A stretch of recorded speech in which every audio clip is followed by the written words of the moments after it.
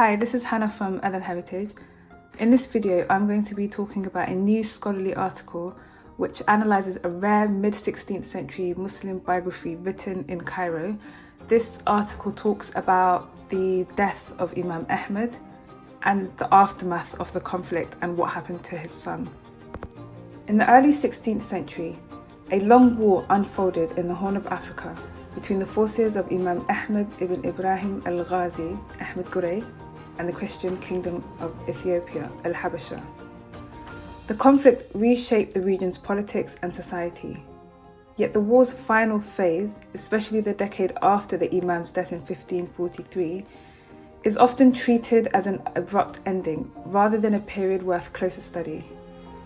This view depends largely on Christian, Ethiopian and Portuguese sources and on the seeming silence of Muslim accounts after the mid-1530s. The article examined in this video by Amélie Chekroun challenges that silence. By analysing a newly contextualised Muslim biography of the son of Imam Ahmad, written in Cairo in the mid-16th century, it allows us to rethink not only how the war ended, but what happened to its survivors. Our understanding of the war has long depended on a narrow evidentiary base. Christian royal chronicles written in gears narrate the final Christian victory. Portuguese soldiers describe the decisive battles in vivid detail. And the main Muslim chronicle of the war, the Futuh al-Habasha, stops around 1537, before the final phase of the conflict. As a result, historians have often treated the period after 1543 as an abrupt ending. But what became of the defeated Muslim elites? How did the war's consequences unfold socially and politically? And how was this conflict remembered within the wider Islamic world?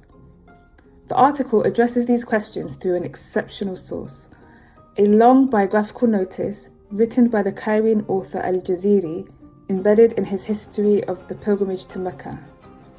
In Arabic, the title is الدرر الفرائد المنظمة في أخبار الحج وطريق مكة المعظمة. This text is unusual in both length and purpose.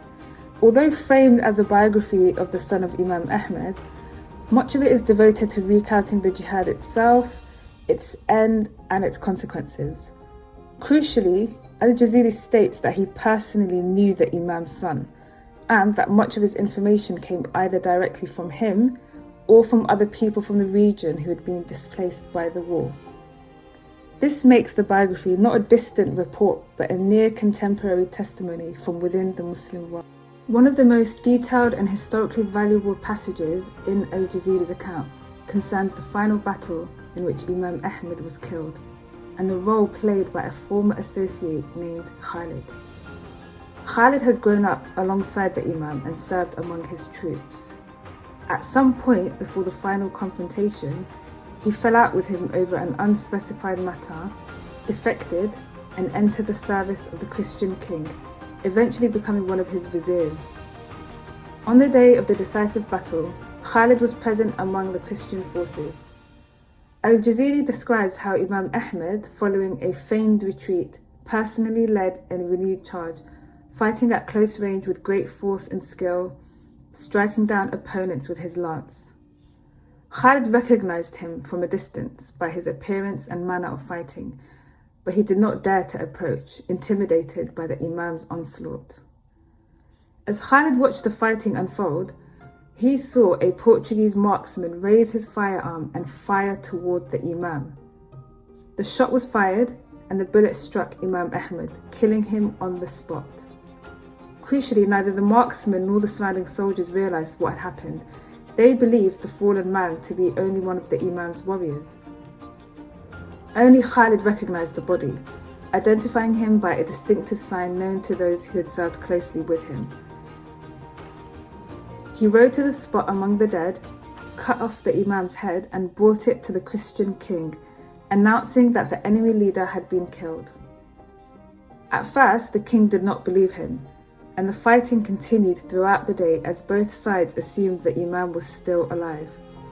Khalid then gathered Abyssinian notables and asked them to identify the head.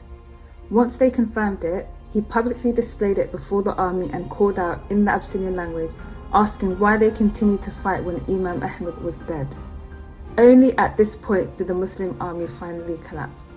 The soldiers dispersed, the camp was plundered, and the Imam's adolescent son was captured and sent to the Christian king, an event that would shape the long and complex aftermath traced by al-Jaziri's biography. During the chaos following the final battle, the Imam's son was captured by the Christian forces. This event is mentioned briefly in Christian sources but without further context. Al-Jaziri provides that context. The boy became the object of negotiations between elite women on both sides of the conflict, specifically between the Imam's widow, Bati al-Wambra, and the Christian Queen Mother. Through diplomatic exchange, the Imam's son was eventually released. According to al-Jaziri, he first passed through Yemen, where Ottoman officials already had a strong presence. From there he was brought to Cairo, the administrative heart of Ottoman Egypt. In Cairo, he lived for years under Ottoman supervision. He received a stipend appropriate to the son of a ruler, was treated with formal respect, and moved within elite circles connected to the Ottoman administration. Al-Jaziri describes him not as a marginal figure, but as a young man of education, dignity, and ambition, someone who saw himself as the heir to an unfinished cause. Al-Jaziri writes, "He was a young man of handsome appearance, good conduct, and fine stature, with a gazelle's neck. No young man resembled him. His face bore the mark of felicity. One could see in him the signs of royalty. He had intelligence and a taste for the arts, knowledge, and general culture of mind that raises a man above the common lot. He was known as one of the great. He was generous towards those who had long accompanied him." For a time, there were expectations that he might be used by the Ottomans in renewed action against Christian Abyssinia. He himself hoped to continue his father's struggle, but those expectations were never fulfilled. As Ottoman priorities shifted, the Imam's son was gradually sidelined. His financial support diminished, and his political relevance faded. In his later years, al-Jaziri describes him as increasingly isolated, studying at al-Azhar and burdened by debt. He resolved to leave quietly and undertake the pilgrimage to Mecca. According to al-Jaziri, he joined the Hajj caravan in disguise, travelling as an ordinary pilgrim rather than as the son of a former ruler. His absence from Cairo alarmed Ottoman officials who feared political consequences. Orders were sent to intercept him, and he was arrested in Mecca and brought back in chains. Shortly after his return, he fell ill and died in Cairo around 1559 to 1560, near the Al-Azhar Mosque, far from his home and without having returned to the battlefield or restored his family's power. By bringing this forgotten Muslim biography back into the picture and reading it alongside Ethiopian, Portuguese, and Ottoman sources, we are encouraged to rethink the decade after the death of Imam Ahmad.